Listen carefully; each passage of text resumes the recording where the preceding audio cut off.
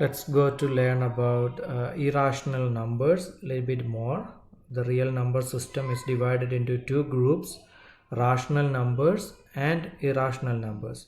Now, irrational numbers, irrational, that word meaning those numbers that cannot be written as the ratio of two integers. Okay, so these numbers if you put it on the calculator, you will see that after the decimal point you will have a mixed number repetition. Okay, so pi is an irrational number. Its value is 3.1415 and goes on and goes on. Okay, and there is another number, Euler's number.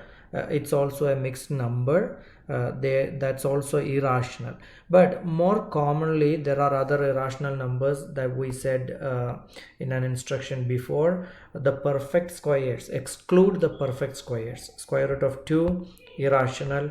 Square root of 3, irrational. Square root of 4, rational, because its value is 2. Square root of 5, irrational. Square root of 6, irrational. Square root of 7, irrational. 8, irrational.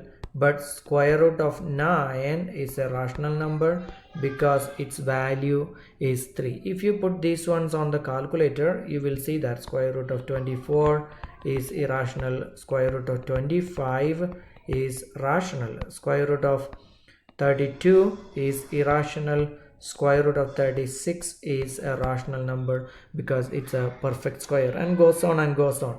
Unless the square root gives you a perfect square, consider it as an irrational number, or try that number on the calculator. You would be able to see the difference on that. But irrational numbers, there are some not all the irrational number operations, but some easy operations that we can look over here. Okay, for example, square root of 18. Now, square root of 18 is not only written as square root of 18, it's sometimes written as a different number. How you can split it into two? That's what it is. So it's actually square root of 9, it's a perfect square, times square root of 2. That will give you square root of 18. Now, since this square root of 9 can be reduced to a perfect square like 3, the square root of 18 can be written as 3 square root of 2. So these two numbers are the same. This 3 was once 3 square. Okay, that's why, or this 3 was square root of 9 before. Okay. So 3 square 9, square root of 9 was the number before. Okay, so you have to understand some numbers are there. For example, let's say square root of 30. Now what happens to this number? It's an irrational number. Square root of 32 can be split it into 2. We need a perfect square in order to reduce that. Square root of 16 times square root of 2.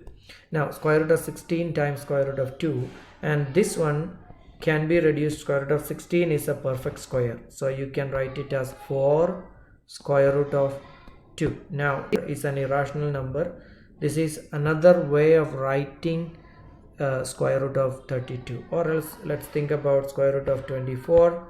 So square root of 24 can be written as square root of 6 and square root of 4. When you multiply 6 times 4, 24. But square root of 6 you cannot do anything, but square root of 4 you can do something. So it can be converted into 2 perfect square and square root of 6. These two numbers are the same. Little bit of irrational number operations. Now irrational numbers can also be added, like you add 2x plus 3x, or subtract. Okay, 3x is 5x.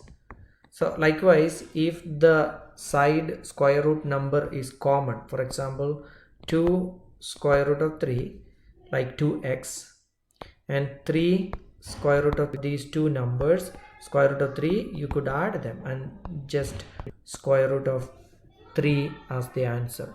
Now there are two things you cannot add. For example, let's say 2x plus 3y, you cannot add them because the variables are different. One is 2x, the other one is 3y.